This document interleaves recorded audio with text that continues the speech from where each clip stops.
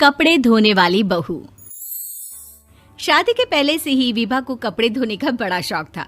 कभी नल के नीचे तो कभी तालाब के पास। अरे मेरी नीली वाली लुंगी नहीं दिख रही है। विभा की अम्मा, कहाँ रखी है लुंगी? अरे वो तो विभा ने परसों ही धोकर रखी थी आपकी अलमारी में, देखो वहीं होगी। वो ना मैंने आज धो दी, मुझे लगा कि गंदी हो गई होगी। अरे कैसे गंदी हो गई थी? उसे तो मैंने पहना भी नहीं। हे भगवान, इस लड़की के कपड़े धोने की आदत से परेशान हो गया हूँ मैं। जितना तो घर में राशन नहीं आता, उससे कहीं ज्यादा डिटर्जेंट पाउडर का खर्चा है। इसकी शादी करवा दो, शादी जाए अपने घर में ही करे काम, फिर चाहे घर के कपड़े धोने हो या पूरे गांव के। हाँ ठीक बोल रही हो, देखता हूँ मैं कोई लड़का। वो दिन भी आ जाता है जब विभा को देखने लड़के वाले आ जाते हैं। लड़की मुझे अच्छी लगी। होने वाली सास कहती है, बेटी अगर कुछ पूछना है तो पूछ लो। वैसे तो हमारी लड़की बहुत ही शर्मीली है, जो बोल दो वो मान लेती है, इसे क्या पूछना होगा। अरे कैसी बात कर रही हो माँ, मुझे इन लोगों के घर रहना है, सवाल तो कई है। हाँ हाँ बेटा, पूछ लो ना, क्या पूछना है। आप लोगों के घर कपड़े कौन धोता है? सास का मुंह बन जाता है। देखो, अगर तुम ये कहना चाहती हो कि तुम्हें कपड़े धोने नहीं आते तो सुन लो, कपड़े मैं ही धोती हूँ, लेकिन तुम्हारे आ जाने के बाद मैं रुमाल तक नहीं धोऊंगी। अरे चुप रहना भगवान, बहू बेचारी घर आई नहीं, उसे डराना शुरू कर दिया। वो क्या है ना बिटिया, अभी तक तो ये कल्लू की माँ ही धोती थी, लेकिन अब तुम्हारे पापा तो दहेज में वॉशिंग मशीन देंगे ही। तभी विभा की माँ बोल पड़ती है, सवाल भी पूछा तो क्या। वैसे भाई साहब, मशीन की तो फिर भी कपड़े धोने की कैपेसिटी होती है, मतलब जो बिटिया दे रहे हैं ना विभा, इसे कपड़े धोने का बहुत शौक है। ये आप लोगों के क्या, आस पड़ोस गांव मोहल्ले सबके कपड़े धो दे और उफ तक ना करे। बाहर देखा नहीं आपने कितने कपड़े सूख रहे हैं, सब हमारी बिटिया ने ही तो धोए हैं। बस भी करो ना माँ, शर्म आ रही इतनी तारीफ सुनकर। और तो और एक दाग निकाल कर दिखाओ तो मान जाऊं। हाँ अच्छा अच्छा, माफ करना बेटा, मैंने गलत समझा। हमें तो रिश्ता बहुत पसंद है। और ऐसे जुड़ जाता है रिश्ता कपड़े धोने का शौक रखने वाली विभा का। उसकी शादी हो जाती है कोयला फैक्ट्री में काम करने वाले कल्लू के साथ। शादी के बाद अचानक विभा चिल्लाती हुई सास के पास आती है। सासू माँ, अरे सासू माँ कहाँ है आप? ये तो धोखा है, धोखा दिया आप लोगों ने मुझे। इसे ससुर के चक्कर के बारे में पता चल गया। अरे तो उसमें तुझे क्यों धोखा मिला है? अरे नल में पानी नहीं आता, कपड़े कैसे कब धुलेंगे? अच्छा अच्छा, तू पानी नहीं आ रहा उसकी बात कर रही है। तो आपने क्या सोचा? कुछ नहीं। अच्छा हाँ, तेरी माँ ने कहा था कि कपड़े धोने का शौक है तुझे, याद आया मुझे। शौक शौक बोलकर कपड़े धोने वाले मेरे जुनून को कम ना आके सासू माँ, कपड़ा धोना मेरा गुरूर है।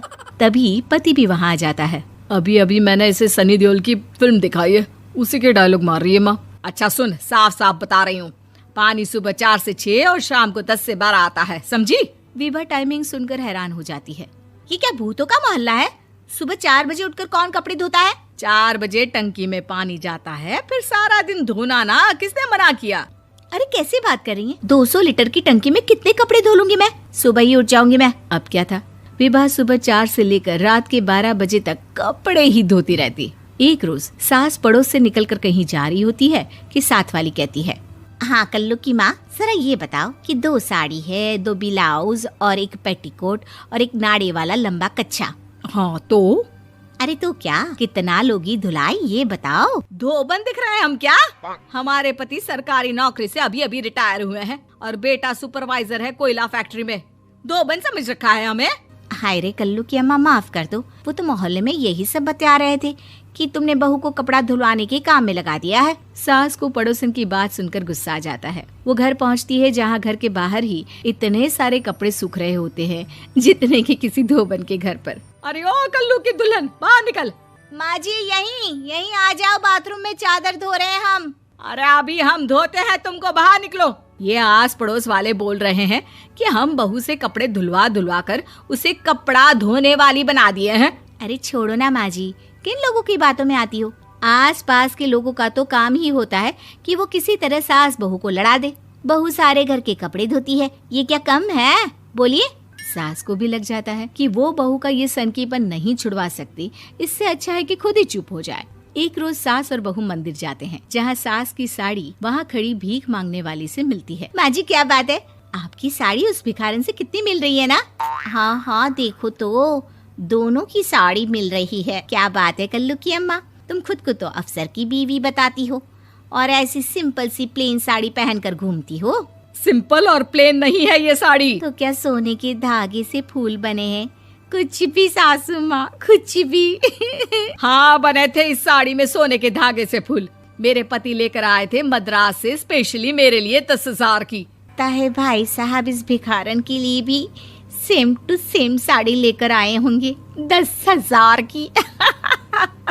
सास उस वक्त तो कुछ नहीं कहती, लेकिन बहू के साथ घर आती है और अलमारी से एल्बम निकाल कर लाती है। ये साड़ी देख रही है, ये वही साड़ी है जिसे मैंने अभी पहना था। इस साड़ी में ये जो चमकदार फूल दिख रहे हैं ना, ये सोने के धागों से काढ़े गए हैं। लेकिन तू लोकल वॉशिंग मशीन ब्रश से घिस घिस कर सारे फूलों को निकाल कर साड़ी प्लेन कर दी। मुझे माफ कर दीजिए सासू माँ। और तो और, जब मैंने तुझे तेरी गलती के लिए कुछ नहीं कहा, लेकिन तूने तो सबके सामने मेरा मजाक ही बना दिया। क्यों? बहू को समझ में आ जाता है कि अब से उसका कपड़े धोना बंद।